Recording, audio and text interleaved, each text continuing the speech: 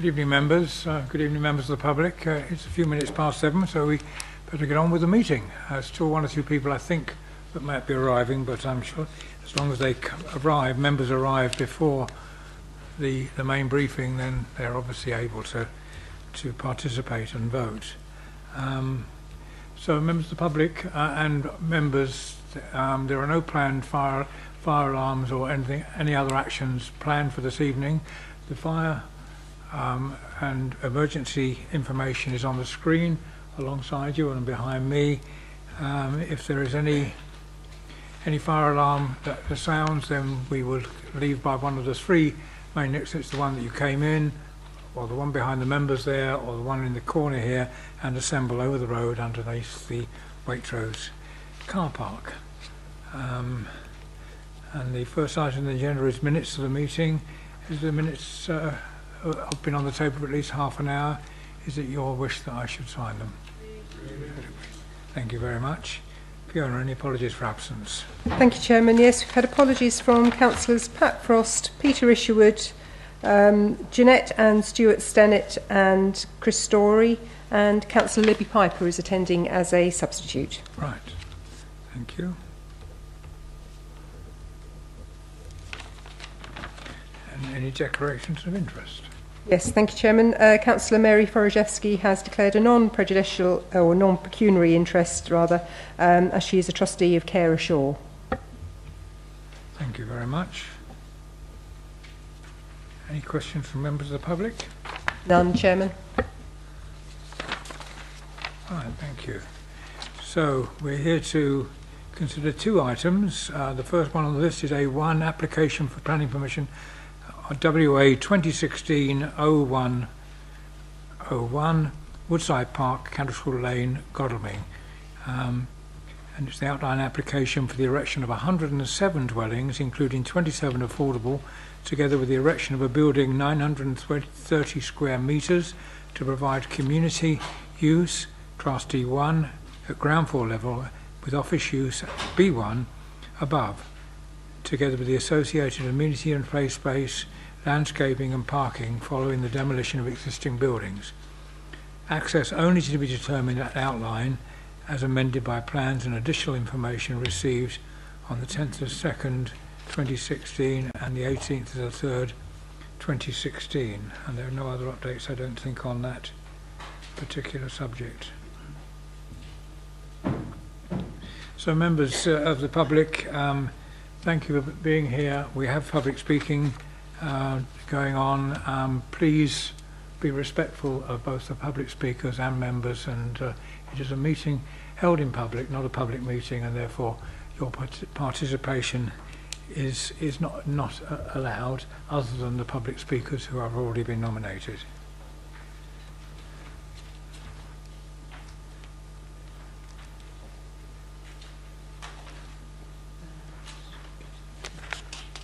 So, Peter, would you like to introduce the application, please?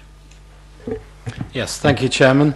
Yes, so the application, it's an outline application for the erection of 107 dwellings, including 27 affordable, which is 25% of the total, together with the erection of a building of 930 square metres to provide a children's nursery comprising 287 square metres, and an office use comprising 643 square metres. All detailed matters are reserved with the exception of the means of access to the site. Members are therefore being asked to consider whether the detailed means of access is acceptable and whether in principle, on the basis of the indicative plans, that the site could accommodate up to 107 dwellings and the commercial floor space, as well as appropriate open space provision, access roads and car parking. Firstly, this is an application for housing development on a previously developed brownfield site, currently occupied by light industrial and commercial buildings, which include a number of uses including office space, storage and distribution, car repair uses, gymnasium and child's nursery. You'll be aware that in policy terms the Council's strong preference is for residential development to be generally carried out on brownfield sites. I'll just take you through the plans now, and I'll start off with the location plan, which is on the left of your screen. The application site is outlined in red. you'll see there's existing access onto Cattershall Lane. It's a mix of uses surrounding the site. It's residential properties to the west, some commercial buildings in here to the sort of northwest. Directly north of the site is two-storey residential properties. There's a converted residential building here, and residential properties extend to the east as well along Cattershall Lane. It's also the aerial view of the site. You can see the existing roofs and hard standings surrounding the application site, various different types and ages of buildings throughout. You can see the existing access points into the site. So the existing site layout, on this plan you would see the settlement boundary and also the boundary where the beginning of the green belt. That is the green line dissecting the site, running through. You can see that most of the site is located within the defined developed area boundary, and beyond this to the right hand side is green belt, but what is considered to be largely brownfield land.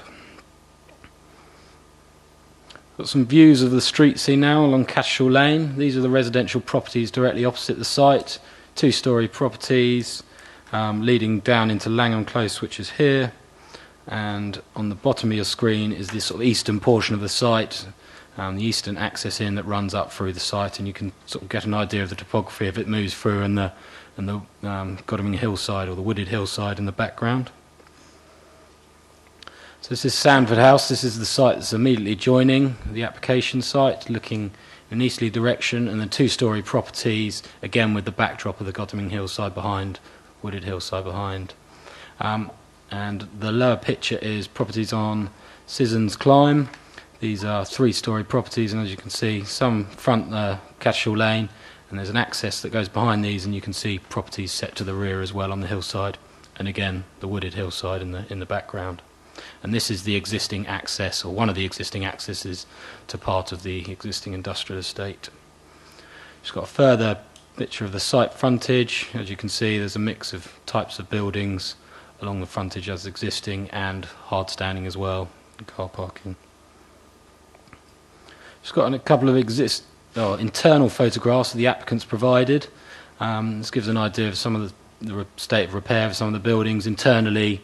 There's structural concerns, and some of the building is held up by these supports here, and you can see there's plastic sheeting in there for waterproofing, or to assist in waterproofing. And there's also some external cracks on some of the buildings. I haven't produced all of those pictures, as that gives you an idea of some of the issues on site.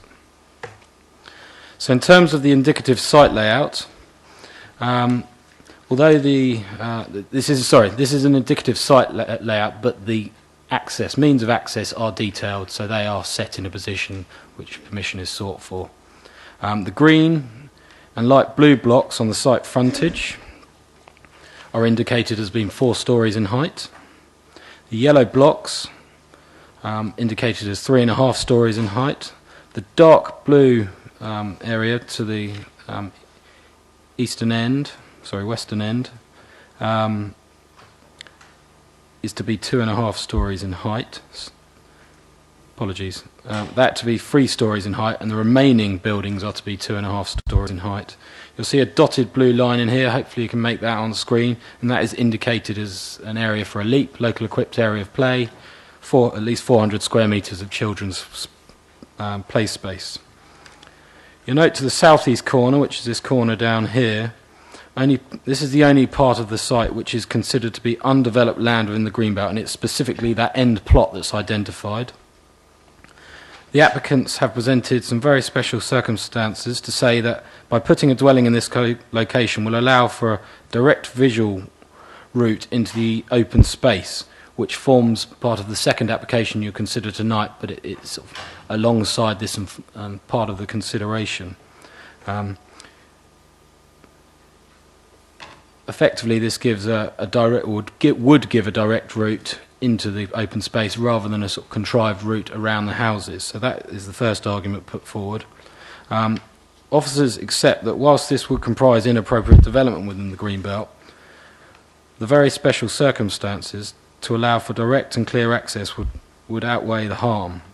In addition, the application indicates that there would be a net reduction in building volume within the greenbelt section of the site, and part of the large hearth standing to the rear, which is here at present, would become private gardens.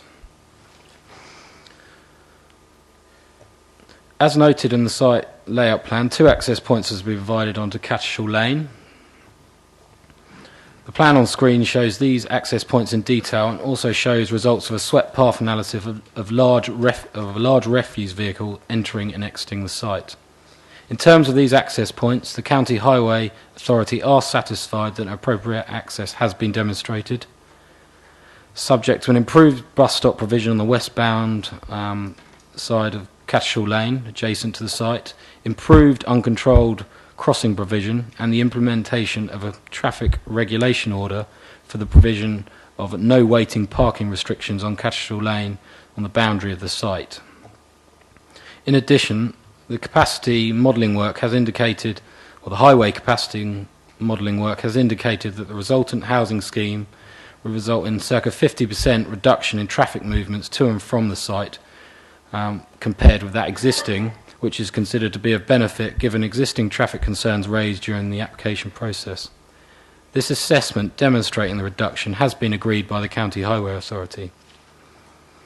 Members will note on page 9 of the agenda that a number of off-site sustainable transport improvements would also be secured, and these have been agreed by the applicant. The applicant has also produced an indicative section plan which gives you an idea of the topography of the site. See it just at the bottom of the screen where this section and plan is taken. Again, it's indicative, but there's an indicative 4-storey building on the front, and you can see how that compares with the existing or the proposed building set further back within the site and as it's taken through. So that hopefully gives you an idea of how the site rises onto the hillside. We also have 2 indicative street scenes being provided, showing how the site frontage could be dealt with. It should be noted that these are for indicative purposes only and not detailed scale plans given the outline nature of the application. Given this is a later option that has been provided by the applicants to demonstrate, whilst 4 stories are provided, it could appear as a 3.5-storey.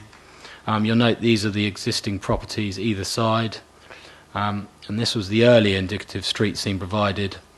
Again, that looks with clear 4 stories provided, so there are potential 2 options in the way it could be dealt with, but it is a reserved matter, but it is a matter for your judgment tonight. So in terms of determining issues, I'll just start on the planning history. The site was subject to a previous application in 2015 for a similar redevelopment proposal, which proposed 2 options, one which included just housing as well as an affordable housing provision, and the second option included a reduced number of homes with the commercial provision as proposed under the current application. Both options were found to be unacceptable as the first option failed to provide any replacement floor space, which was highlighted as being needed, and the second option failed to satisfactorily demonstrate that affordable housing could not be provided under the mixed-use scheme.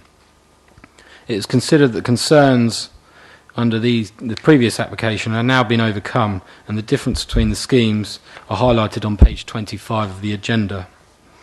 It's also interesting to note it has expired, but planning permission has been granted, or was granted in 2012, for a 3 to 4 storey structure for office use. Whilst that was an outline application, it indicated a scale of being 56 metres in width, 40 metres in depth and 12 metres in height, and that was considered under the same relevant planning policies as this application. I'll now move through to the principle and the loss of the site. The site is considered to comprise suitably located industrial and commercial land as defined by policy IC2 of the local plan. As such, any proposals resulting in the loss of such land must meet the 5 policy tests set out on page 31 of your agenda. In terms of national policy, paragraph 22 of the MPPF states that where there is no reasonable prospect of a site being used for allocated employment use, applications for alternative uses of land or buildings should be treated on their merits, having regard to market signals and the relative need for different land uses to support sustainable local communities. There are currently 49 tenants at Woodside Park using over 50% of the existing floor space. In seeking to demonstrate that there is no need for the site to be retained, as industrial or commercial land. The previous application was supported by a commercial marketing report which was undertaken by chartered surveyors in April 2015, as is the current application by means of an updated statement to this document. The report assessed the need for the site for employment purposes and provided evidence of the site's marketing since the current owner acquired the site in 2006. The applicant's own assessment confirmed that there was not a need for the entire site to be retained for industrial commercial uses. However, there remained a need for an element of employment space to be retained on site. The council's estates and valuation managers supported this position.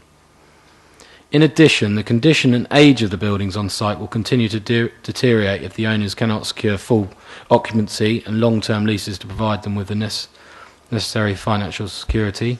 Further deterioration will increase the difficulties of securing occupancy of the building. The applicants have also submitted a viability statement demonstrating that going forward the site is not considered to be a viable concern, nor is it viable to redevelop the whole site for industrial and commercial purposes. This matter was tested in both the refused and current application by independent consultants acting on behalf of the council, with the same conclusion being reached that the site, either in its current form or through redevelopment, is not financially viable. As such, whilst the loss of employment is clearly regrettable, the evidence suggests that in this instance the loss of commercial land with the retention of some office space and the children's nursery should be accepted in this instance. In terms of housing land supply, the council remains in a position where it is not yet able to demonstrate a sufficient supply of housing. Therefore, provision of housing on site is a matter that weighs in favour of the scheme and assists the council in meeting its unmet housing need. In terms of housing mix and affordable housing, an appropriate mix has been put forward, with the corrected mix included within your update sheet. The affordable housing mix has been agreed by the council's housing enabling officer, and the deliverability of the affordable housing has also been demonstrated through the viability work carried out and is a further consideration in favour of the proposal. You'll note that the provision is 25%. Majority of the site is within the developed area, and we do have an affordable housing policy which, with a density of greater than 40 dwellings per hectare, which this site would be, it triggers a percentage of 25% provision on site, so we do have a policy in that instance. In terms of land contamination, the council's contaminated land officer and the Environment Agency have noted the significant number of potential contaminated former uses, particularly the site's historic use as a laundry, and on this basis they have recommended a number of conditions to secure appropriate remediation monitoring works to prevent a risk to future occupants. The final details of remediation and level of remediation is yet to be agreed. However, conditions will ensure that appropriate works are carried out. In terms of drainage, foul drainage is to be accommodated within the existing sewerage system, and no objection to this has been raised by Thames Water. In terms of flood risk, the site is in flood zone 1. And in surface water drainage, the improvement to drainage on site and reduction in hard standing means that surface water discharge from the site could be reduced by up to 37%. The lead local flood authority is on the basis of information provided, satisfied that the proposal would not increase flood risk elsewhere, and has recommended conditions to secure final details of the drainage requirements. So I'll now move to the matters of judgment. I've already discussed the greenbelt impact, and it's the offsetting potentially of a unit to provide a green route effectively through to the open space, and they comprise the sort of very special circumstances. Therefore, the remaining matters of judgment for members is the suitability of the site to accommodate the development proposed, the impact upon the setting of the wooded Godalming hillside, residential amenity and parking provision. Parking provision is included as a matter of judgment, as whilst the County Highway Authority have not raised any objection on safety grounds, the indicative layout suggests an under-provision of parking against the Council's guidelines, but exceeds the Surrey County Council standard. As such, the under-provision is a matter for members to consider in the overall balance, but it must also be noted that a detailed layout is not before the committee, and would be considered at the reserve matters stage. I'll now draw your attention to the report update. I've already referred to the corrected housing mix, so apologies that was incorrect in your agenda. Whilst this doesn't exactly reflect the requirement of the strategic housing market assessment evidence, it does provide a high percentage of 1 to 3 bedroom homes, these being smaller units which are needed within the borough. And the affordable housing mix is supported by the Council's Housing and Enabling Officer. There is also an update from Surrey Wildlife Trust, who have referred to previous comments on the refuse scheme, and it is concluded that due to the limited scope, or the outline scope of the application, that the ecological enhancements identified within the ecological reports be secured, and such improvements are secured by condition 21 on page 62 of the agenda. Members will also note that 7 additional representations have been received.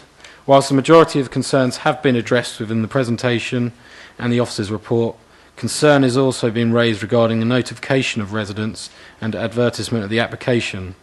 Officers can assure that the appropriate advertisement of the application has taken place, as you will note from the officer comment made within the update sheet.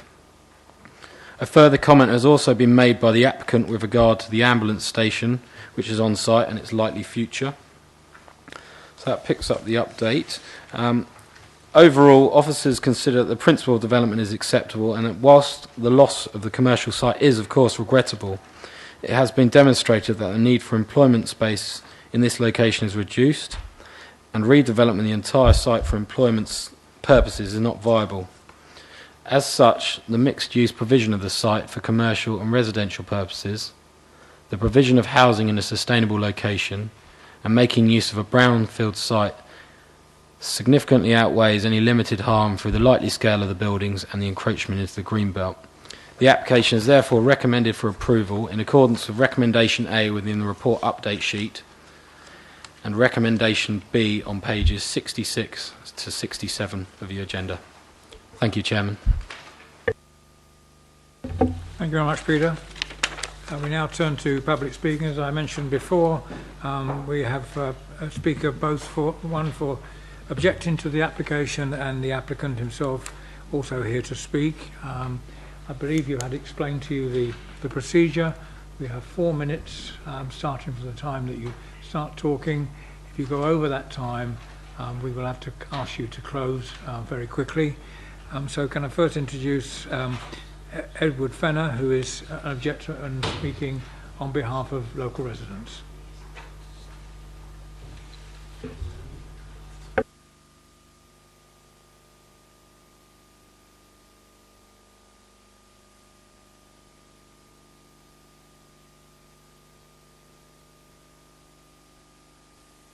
Mr. Chairman, ladies and gentlemen of the committee, my name is Edward Fenner.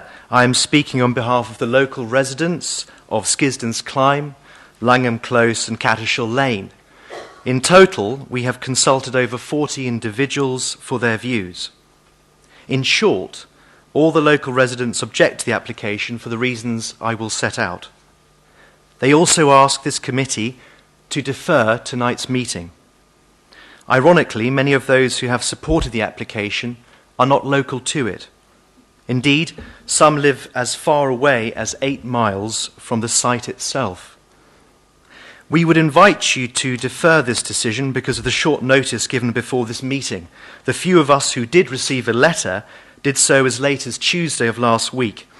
With the intervening bank holiday and school holidays, this has meant that a lot of residents who wanted to be represented could not do so. The local residents object to this application.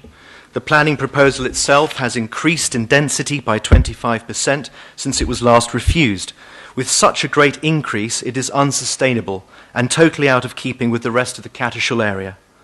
The 4-storey flats at the front shut out local residents' sunlight, affect our privacy, and establish an ugly new landmark, enhancing nothing of the beauty of its surroundings. It has totally inadequate parking, containing less than that recommended by Waverley's own guidelines. The plans and sketches provided are clearly out of scale to the surrounding area and should be approached with caution. The mix of buildings is totally out of keeping with the surroundings. We like our area, including all the light industrial plots. The loss of this commercial space can never be rectified. This does affect the ability of local businesses to flourish and local residents to find local jobs. The impact of increased traffic this development would cause further blights the lives of those of us who can't even use our own cars at times because of the existing traffic congestion outside our own properties.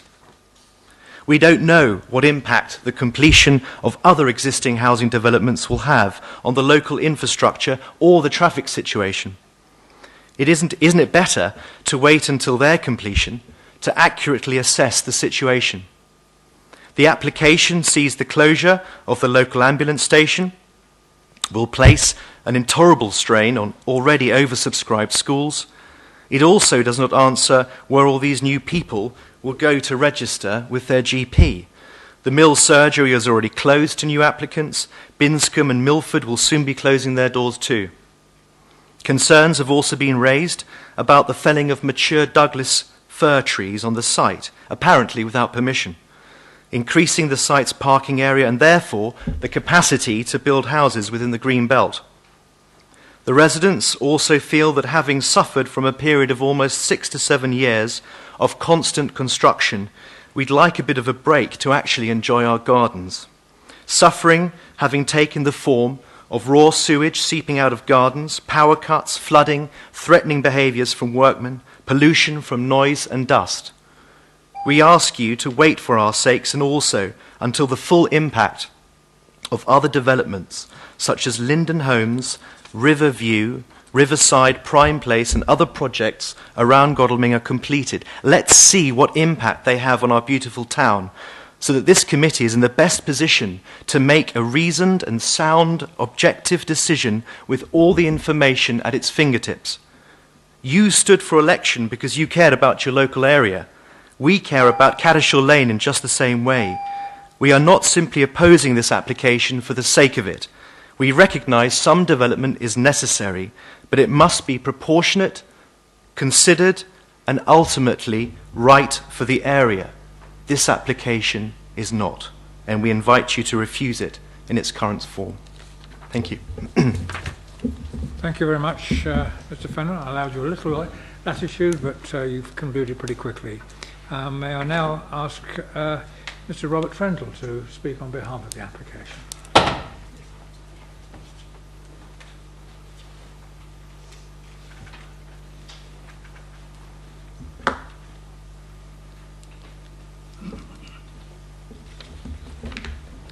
Good evening, members.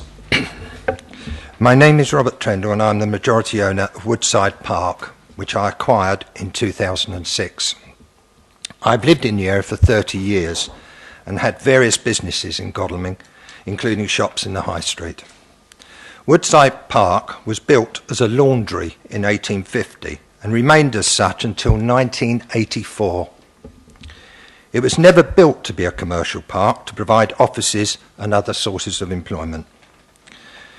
Various owners have attempted to make it viable enterprise, and buildings have been added to the site in an unplanned, sporadic manner. Following the recession of 2008, we experienced falling rents and businesses unwilling to take out leases for any length of time.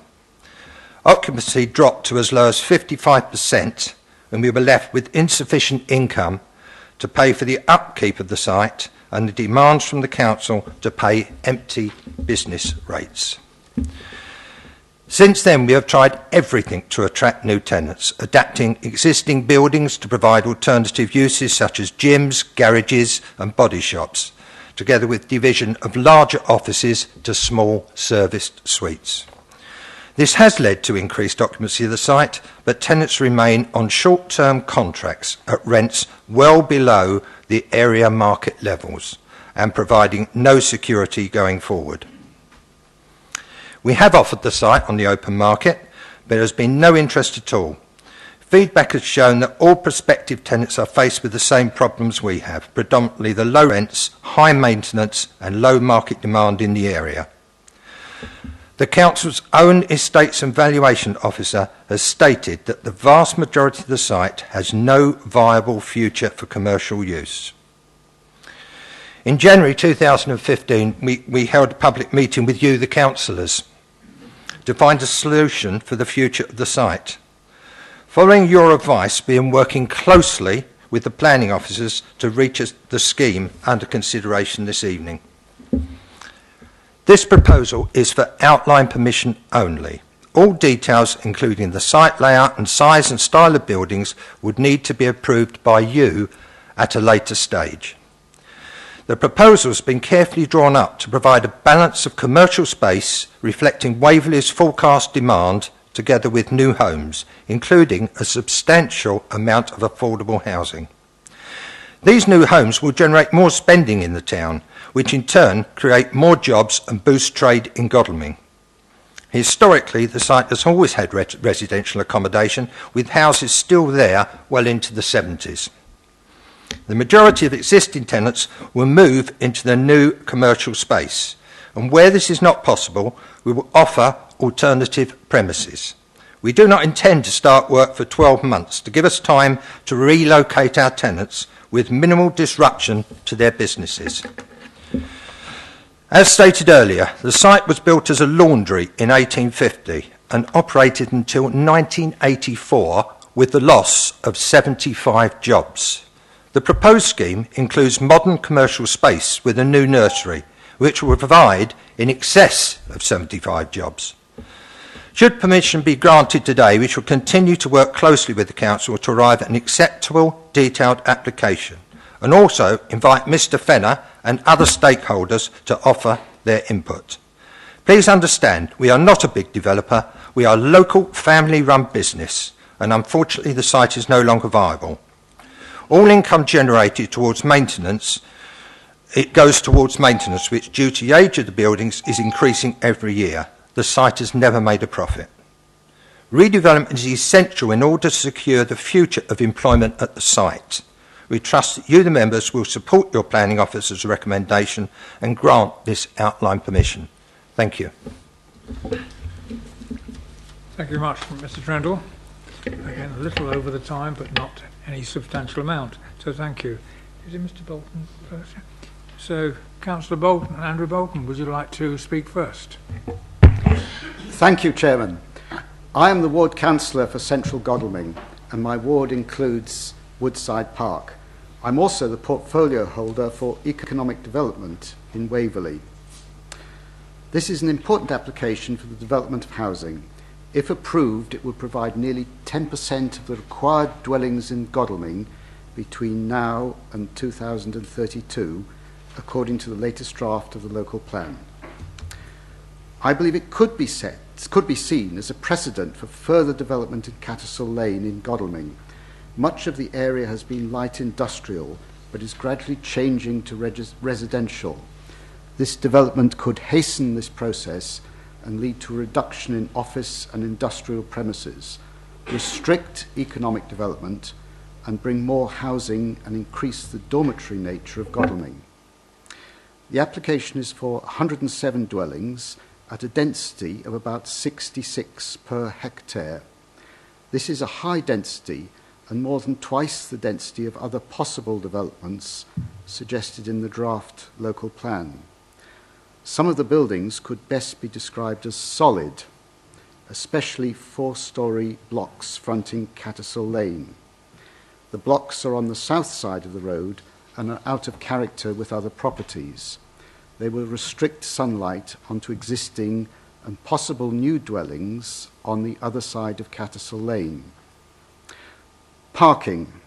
Parking is confusing. Waverley has definite guidelines for the number of parking places depending on the size of the dwelling.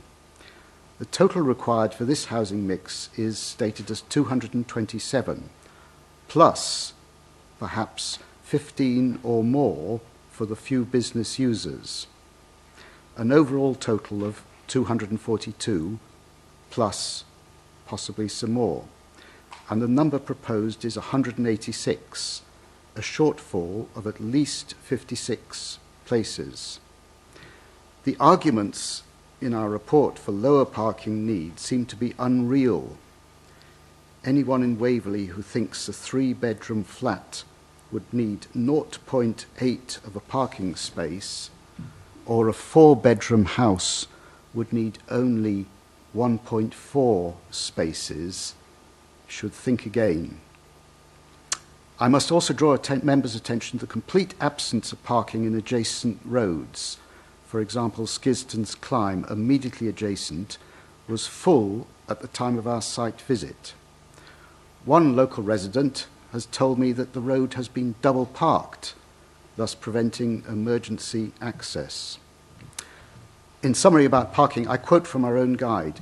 These guidelines, Waverley's guidelines, set out the minimum number of parking spaces that would normally be expected. Trees and the green belt. The report suggests that they do not consider the number of dwellings proposed could be adequately accommodated without harm to the tree belt. In my slightly different language, I would say the proposed dwellings will harm the tree belt. I believe this is an overdevelopment. We are trying to put a quart into a pint pot. The shortage of parking and the impact of more than 100 dwellings on a small site seems to be overwhelming and will have a significant impact on the locality.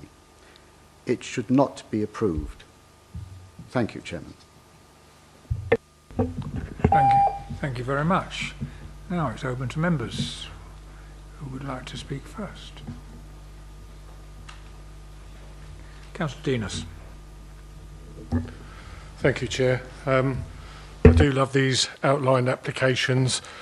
I think the initial photographs we were shown of the internal pictures showing what a poor state of repair is actually irrelevant for what we're here to decide tonight. My concerns so far, and having listened to my colleague, Councillor Bolton, is one, it's the 4-storey buildings. The fact we've gone from 87 to, I think, 107, and the high density. And the car parking. I mean, Surrey County Council may say they're satisfied, but we are the planning authorities, and it's woefully short in my mind. The closure of the ambulance station, I'm not sure whether there is a plan and where that may go, but that is a concern. And the sustainability for the number of houses, the schools, the doctors, and everything else. I think that is a concern. I must say the speakers and Mr. Benner spoke with passion and with some sense, and I think that was very useful to listen to a local's view of the issues. I'm looking forward to seeing what my colleagues say, but I am concerned about the size, the density, the car parking, and some of the proposed designs, the 4 stories. Thank you, Chair. Thank you, Chairman.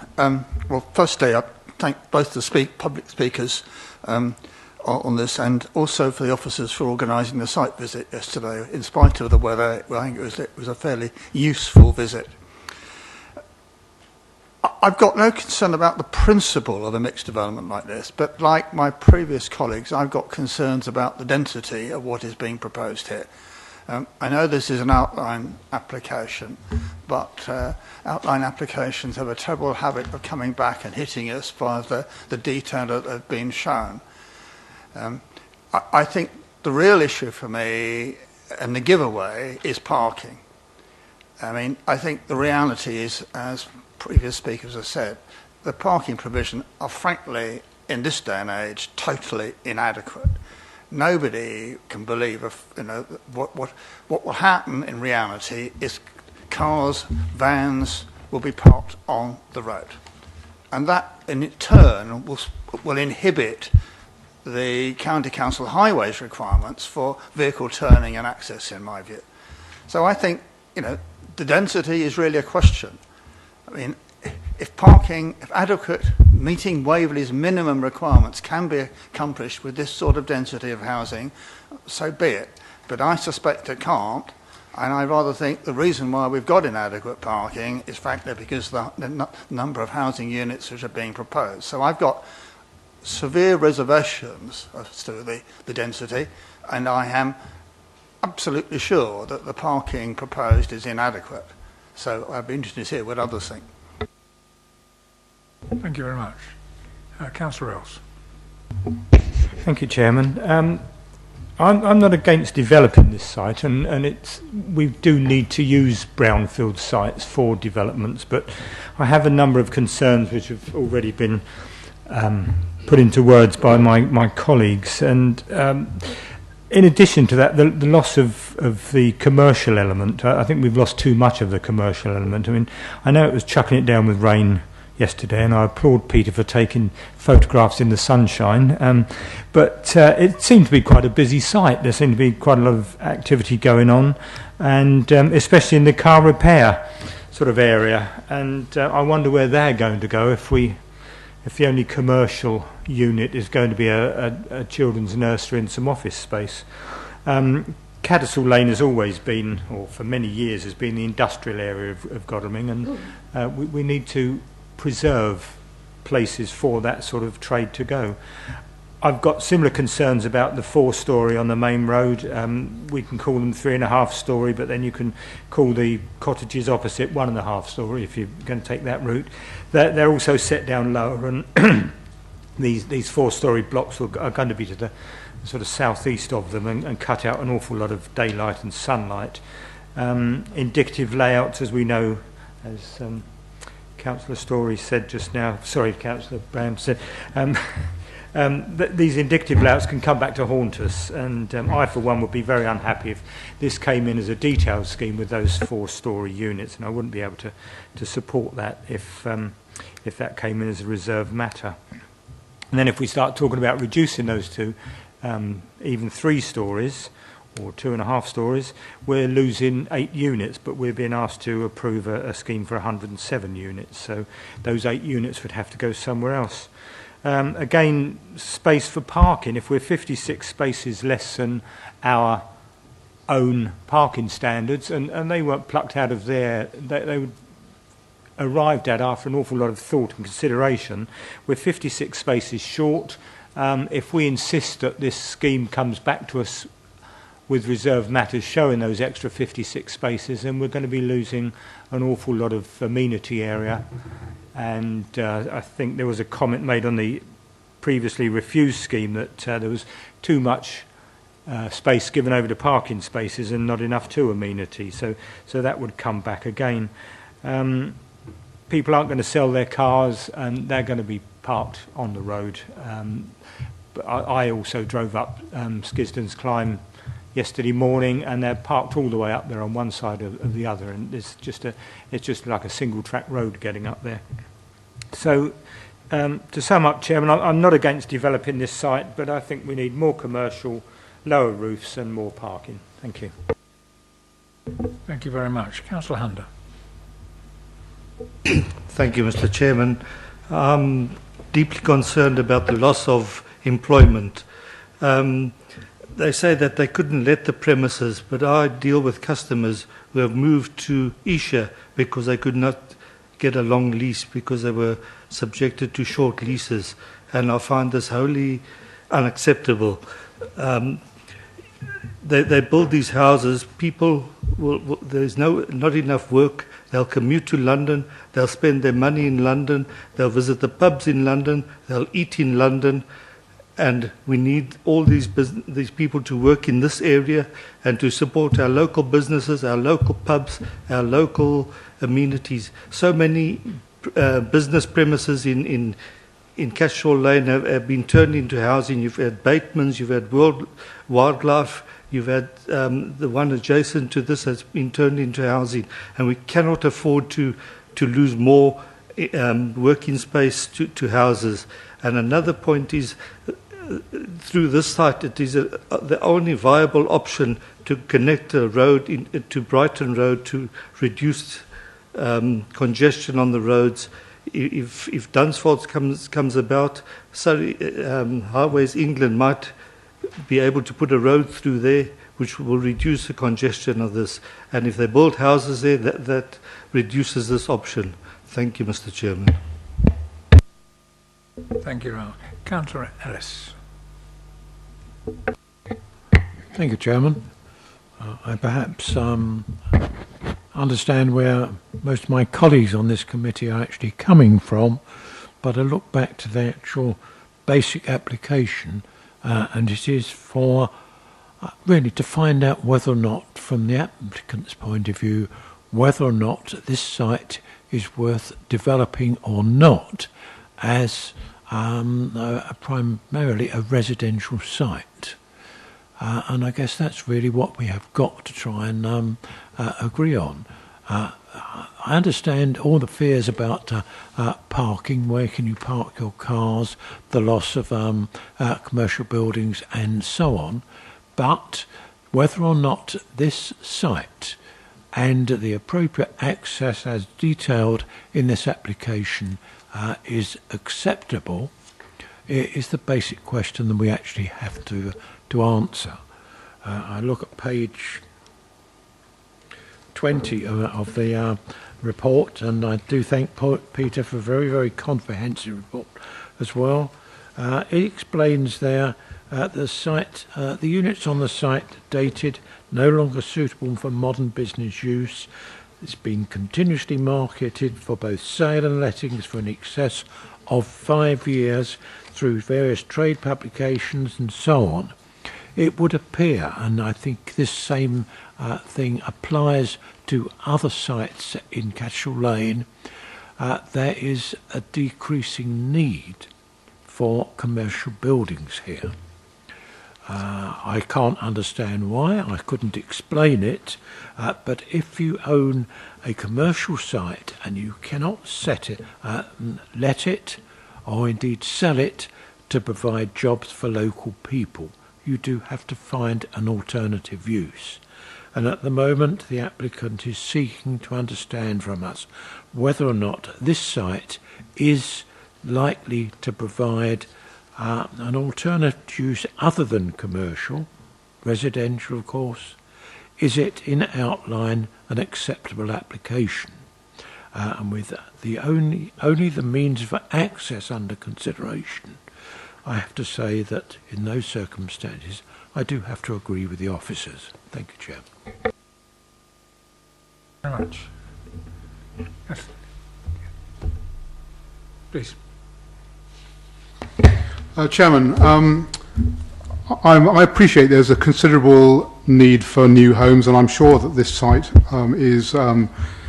will ultimately prove to be suitable, but I'm not really convinced about the scheme at the moment. I have quite a bit of experience of trying to park in Catchall Lane, as my part-time job has taken me there on a regular basis. In fact, I was there today, and I can say that with confidence that even at 6 o'clock in the morning, it's quite difficult to find somewhere to park. And the biggest problem I can see with the plan before us is about parking, which is a view taken by a number of my colleagues this evening, and really not convinced that the bulk of some of the proposed buildings is entirely suitable to this site. And I would just like to ask about street scene 1. I'd just like to ask the officers, if I may, that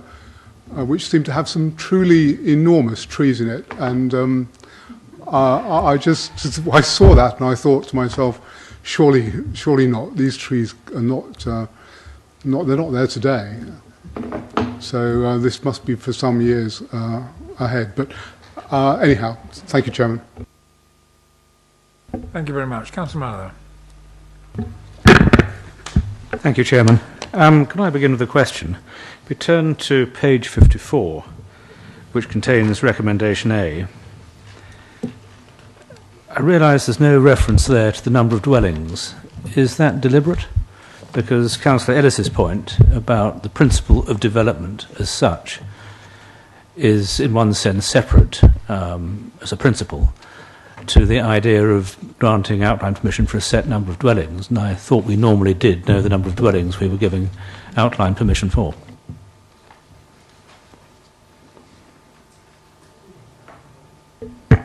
Thank you, Chairman. Yes, we wouldn't ordinarily include the specific number of dwellings within the recommendation, but the description sets out the specific is for 107 dwellings, but as our recommendation sets out, it wouldn't specifically include the number of dwellings.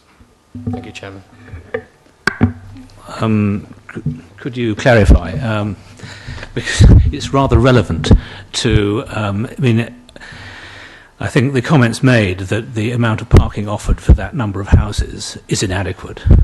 Now, if you're saying this really encapsulates, say, 50 dwellings, in which case the parking would be considerable, I'm left somewhat baffled as to what I'm actually asked to vote on.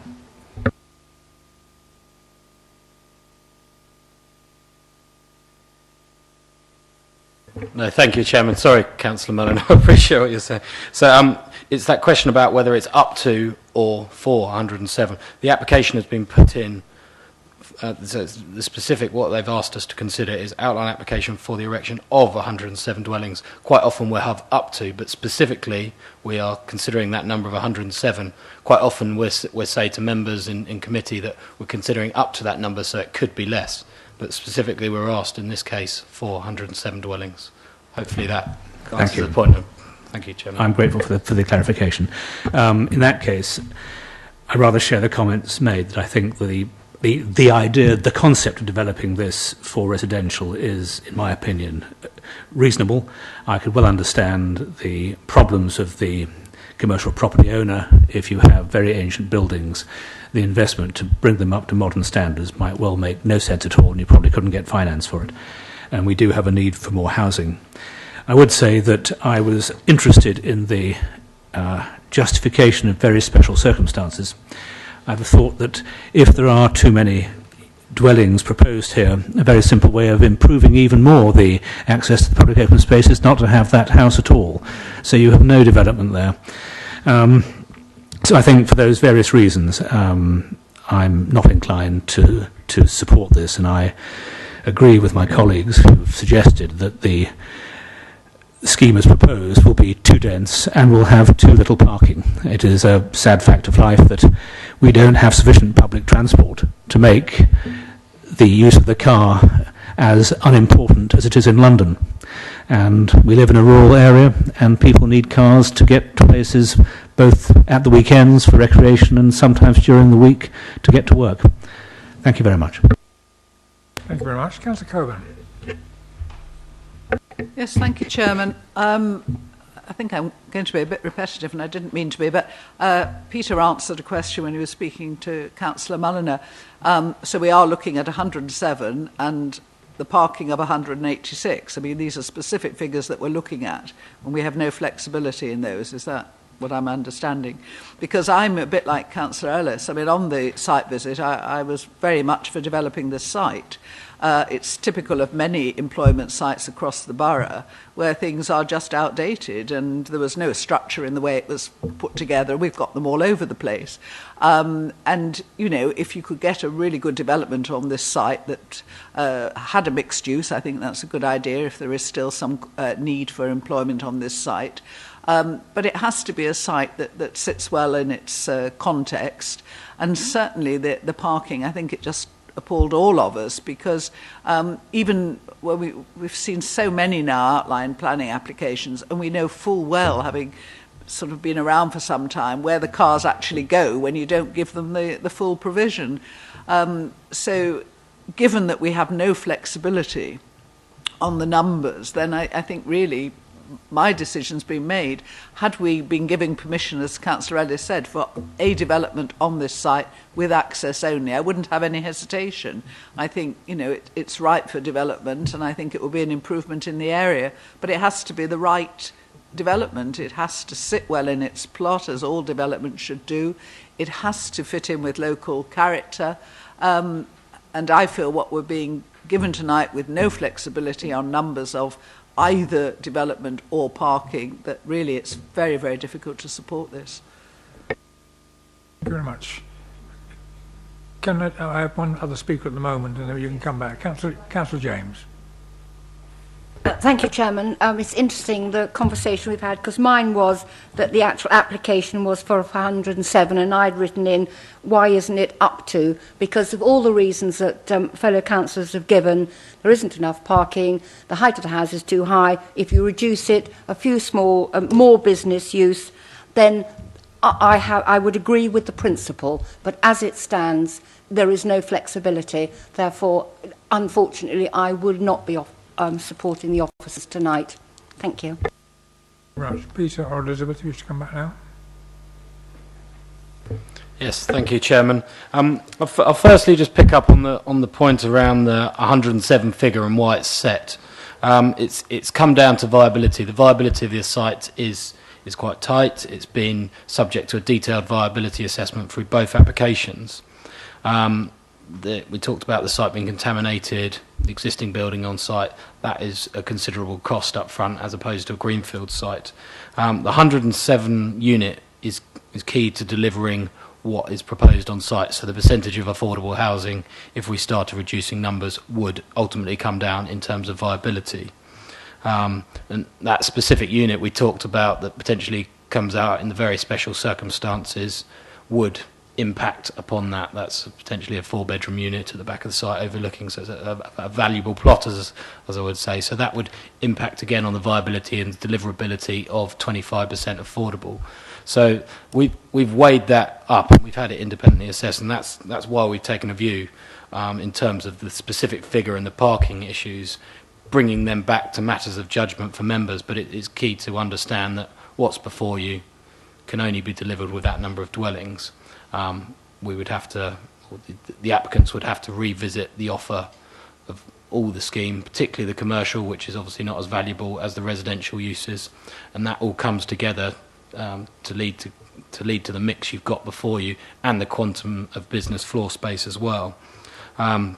So we have weighed that up and taken that into account. It's a brownfield site, so we're looking to get the best use, but of course I accept all the comments and members have raised with regards to the visual impact of the scheme and the parking, and that's why we've left it as a matter of judgment for you this evening. But I just wanted to be clear on the viability issue, that it is reliant on that number of units coming forward, and we've weighed up the positives and the negatives of the scheme and concluded on that basis on the viability information. So hopefully that just gives you a clearer understanding, and apologies, maybe I should have brought that out at the beginning, but hopefully sets out our position and thinking behind the recommendation. Thank you, Chairman. Thank you very much, Peter. Councillor Williams. Thank you, Chairman. I have, in fact, very little to add to what we've already heard.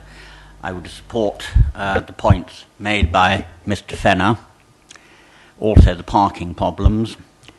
And anyone who drives along Cattershall on a regular basis knows it is nearly gridlocked already, and an extra, I don't know how many cars coming out from that site is certainly going to lead to total gridlock. Thank you. Thank you very much. And Councillor Ayres, she wishes to come back. Thank you for allowing me to come back, Chairman. Perhaps I could clarify my position here. I am just trying to respond to the application as to whether or not this is a suitable site for mixed development or not, with the only means of access being applied for at this time. I have to be bluntly honest. If the reserve matters came back in this form, I would totally disagree with it. I think it is overdevelopment. I think the parking is a shambles. And I have to say that 107 dwellings weighted in on that, I have to say, yes, reserve matters in this situation, with this plan, I would say no. But as a possible site for development in Cattershall Lane, in outline only, means of access being the only thing to be considered, I have to agree with the officers. Thank you. Thank you. I think most of us, actually, all the speakers agree with what you're saying, except, of course, that we have a detailed application in terms of the numbers of both parking and dwellings. Councillor Coburn, you wish to come back?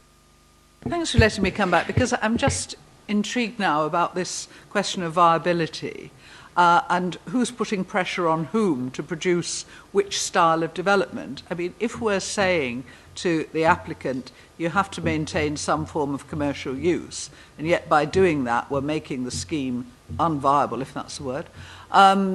You know, I mean, I wonder whether we're actually getting best value out of this site. I mean, you know, the site needs development. That's absolutely crystal clear from the site visit yesterday, even in the rain. It's crying out for development of some kind.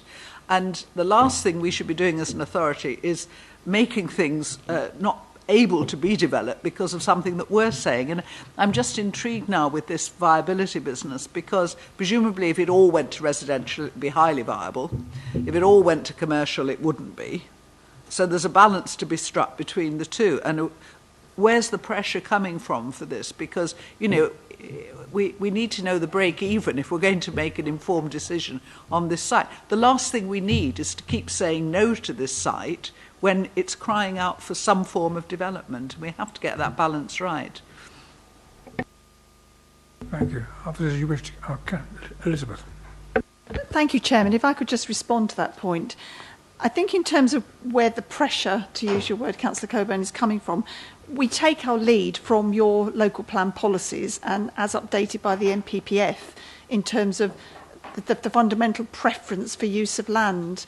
And as Peter has set out at the beginning, you'll be aware from the report, this is in the current local plans suitably located industrial and commercial land.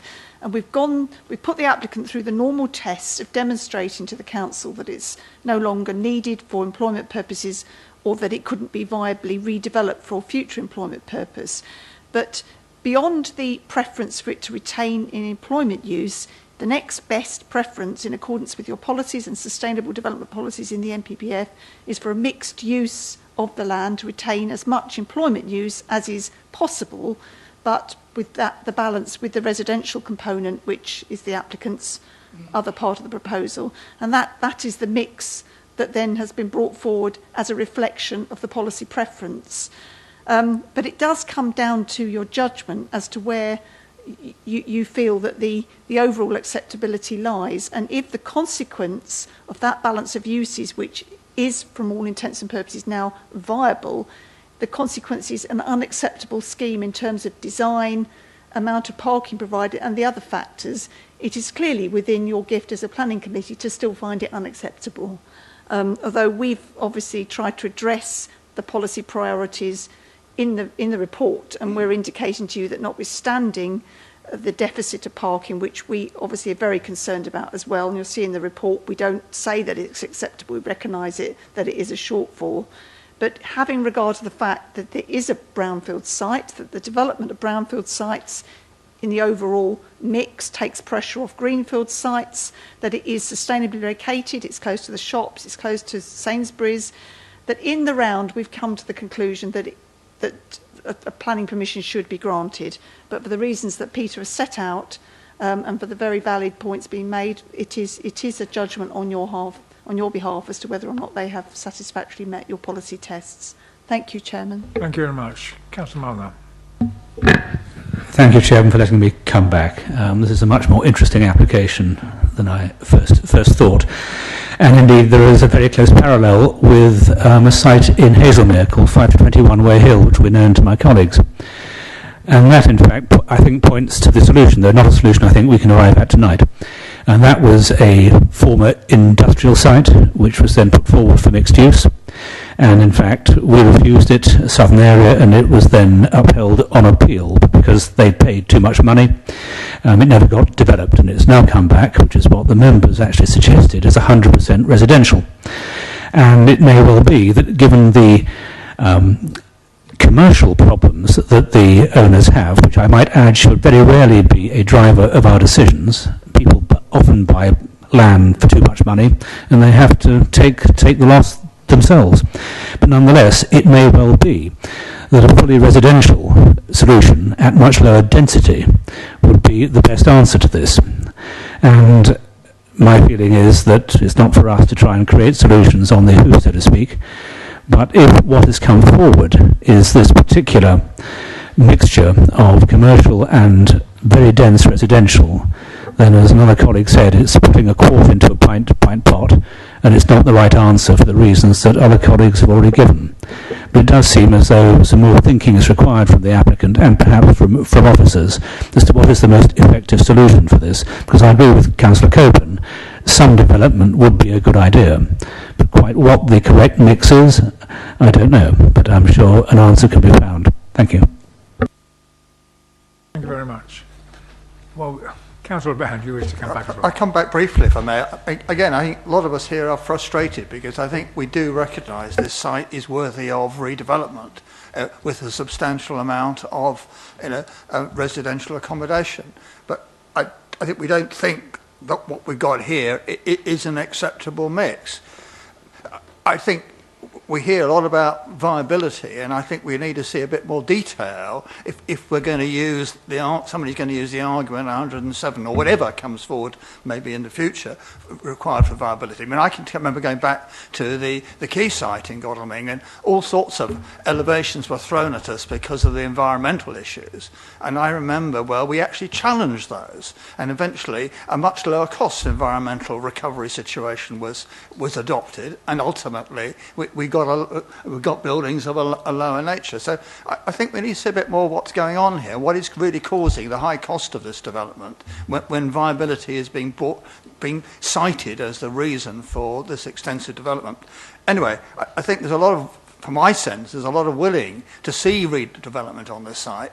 But again, I tend to agree with my colleagues. I suspect this scheme is not the scheme to take forward at this time, unfortunately.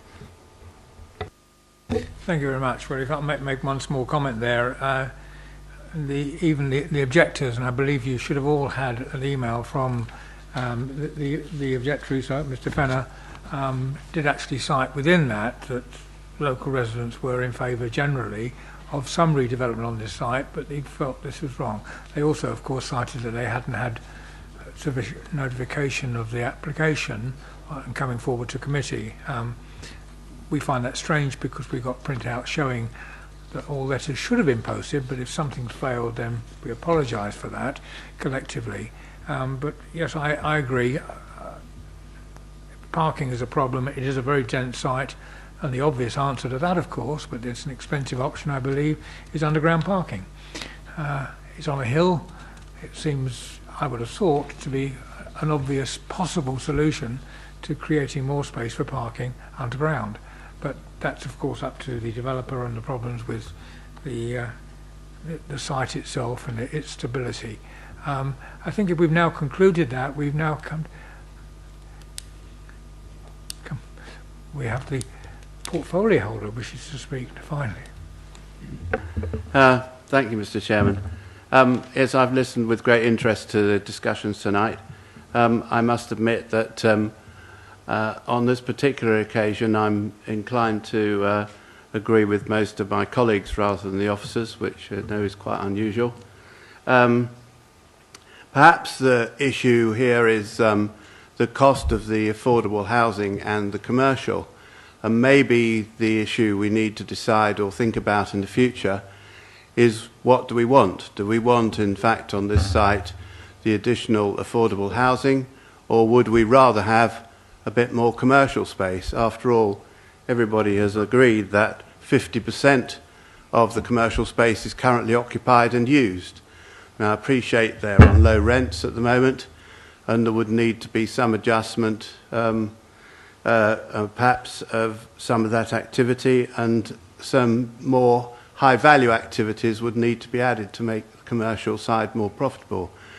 But that would, if those are the issues which are creating this very dense and difficult development with insufficient parking, then perhaps those are the issues which need to be addressed in the future. But I personally am not in favour of this particular development. Thank you very much. Well, on that note, if there are no other speakers, can we go to the revised application, recommendation on page 4 of the update sheet, And the revised recommendation says that subject to the completion of a Section 106 legal agreement to secure 25% affordable housing, infrastructure contributions towards off-site highway improvements, primary education, play spaces and open space, provision and public access to the rear open space, management and maintenance of on-site SUDs and public open and play space within 3 months of the date of resolution to grant permission, and conditions 1 to 23 on pages 54 to 63 of the agenda, that permission should be granted. Can I have a show of hands, please, on those who wish to approve the application? We have one. Just one. And those against?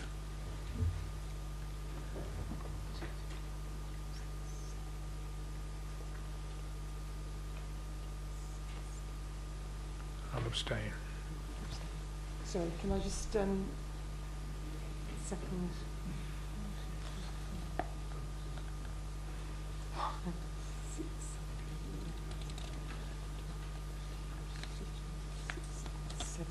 That's it, yeah.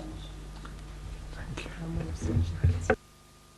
you. Can I now have an alternate proposal, please?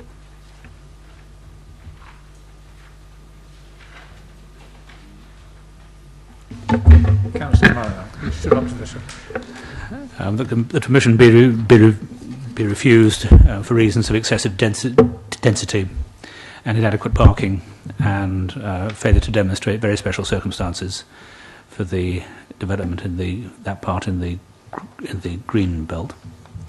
I'm sure that the head of planning could do for usual improvement on the wording. But I think those were the main points which colleagues were referring to. Councillor Ash, else you wish to add to that? Yes, I think we on the previously refused application, the first reason was the proposal would result in the loss of suitably located industrial and commercial land, and if we are looking for that element for a mixed development, then I think that still needs to be included. Thank you. Thank you very much. Any further comments? Officers, do you have any comment that you wish to make before we vote on that? Just in terms of Councillor Ellis's suggestion in relation to the loss of employment land, I would just remind members that the test isn't that we will never lose the employment land. It's a challenge to the applicants to go through the policy tests and demonstrate, as I said in my earlier comment, that the site is no longer required for employment purposes or that it cannot be viably redeveloped for an alternative employment use. And as you'll see from the report, that we are satisfied with the evidence that's been put forward on that point, albeit the indications are that there should be some alternative employment use coming forward in the form of a mixed-use scheme. So I think if you were to include that reason, you're suggesting that you're not satisfied with the case that's been made for at least part of the site to be redeveloped for housing. So it would go to the heart of a challenge to the principle of redeveloping the site for housing, but we'd have to defend on appeal. So I would just ask members to be slightly cautious about including that. Perhaps you want to discuss it. But they've So, sorry, were you going to come in now, Peter? All I wanted to do was make a suggestion. I mean, the applicant himself suggested, and it's in writing somewhere, that he was looking at alternative sites for some of the industrial use, commercial use there. I have to say that we're losing a lot of commercial space because they're offices and they can just go. So it's rather hard thing to cope with, the site, because it hasn't got a massive amount of office, and because we saw on the site the left-hand building as we went in, which wasn't a very attractive office building of some age and some I think probably quite a poor standard, has now been converted into residential. How long that will last, I don't know. Hopefully a long time, but that's the losses that we're seeing down Cattershall Lane and in other places. So I think that the point about commercial space, if the applicant were able to come back with the promise or whatever that they're finding alternate space elsewhere, within the town, presumably, or within the area. That would seem to cover both aspects, but I'll leave it to Peter to add anything more that you wish to add. Thank you, Chairman, and thank you, Councillor Ellis. I thought I'd just come back and explain the position on that previous reason for refusal, because that was the previous scheme was two options. One was all housing, one had the mixed or balanced use. And the reason suggested that evidence submitted in support of the application demonstrates that the need remains for some employment use. So that specifically related to option 2, which was just provision of residential. They've overcome that with this sort of mixed use provision now. It's weighing up the balance of what the quantum is, but I don't think that reason for refusal would still apply because they've overcome it by coming forward with addressing some retained employment. I'm happy to indicate some suggested reasons for refusal based on Councillor Mulliner, but you may want to discuss that further.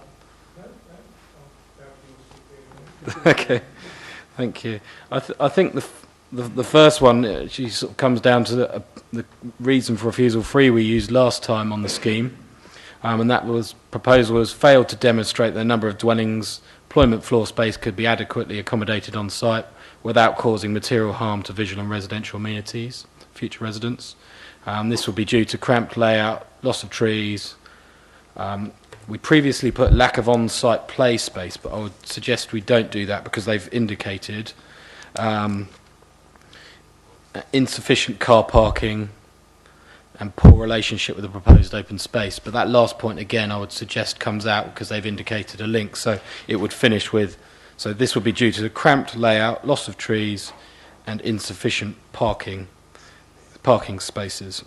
And the proposal would conflict with relevant policies D1, D4, M14 and C7 of the local plan, 17, paragraph 17 of the MPPF, and section 7, which is the design, and the council's parking guidelines. So we'd suggest that would how it would suggested wording based on your recommendation. I also note that you picked up and you weren't satisfied on the very special circumstance point, and I think we would suggest a wording around that. The proposal would conflict with national and local planning policies regarding greenbelt set out in local plan policy C1 and section 9, as the form of development constitutes inappropriate development. So that would be specific to this small section to the bottom corner. The general presumption against inappropriate development and development which adversely affects openness. The proposed development would constitute inappropriate development. No very special circumstances exist that would outweigh the harm. And then again, we'd add in the specific policies on greenbelt, which we referred to. So they would be the detailed conditions, reasons we would recommend. And then I'd refer you to our sort of standard section 106 ones, which is set out in recommendation B from page 66, with regards to legal agreement to secure the highway improvements. So that would be reason 3. An agreement to secure the infrastructure contributions as 4, and the lack of provision to secure the affordable housing would be reason 5. So I don't know if members will be happy to consider those potential reasons. Thank you, Chairman. Thank you very much. And the suggestions on extensive wording from the officers. So with that, can I please have a show of hands with that proposal to refuse and reasons to refuse?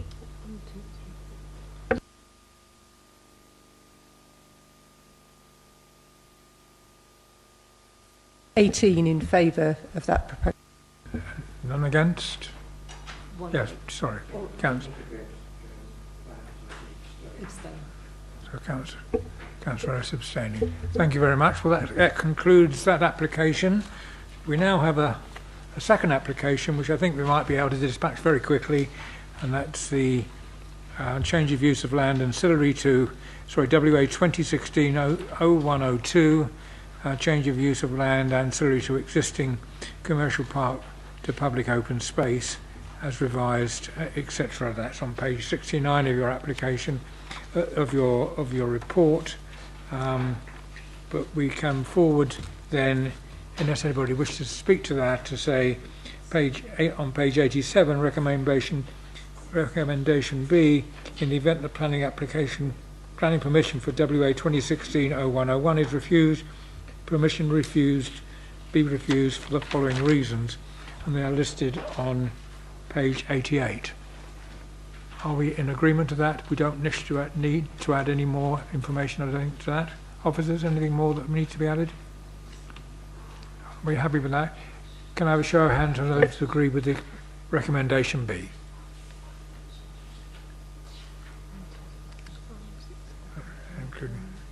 It's unanimous.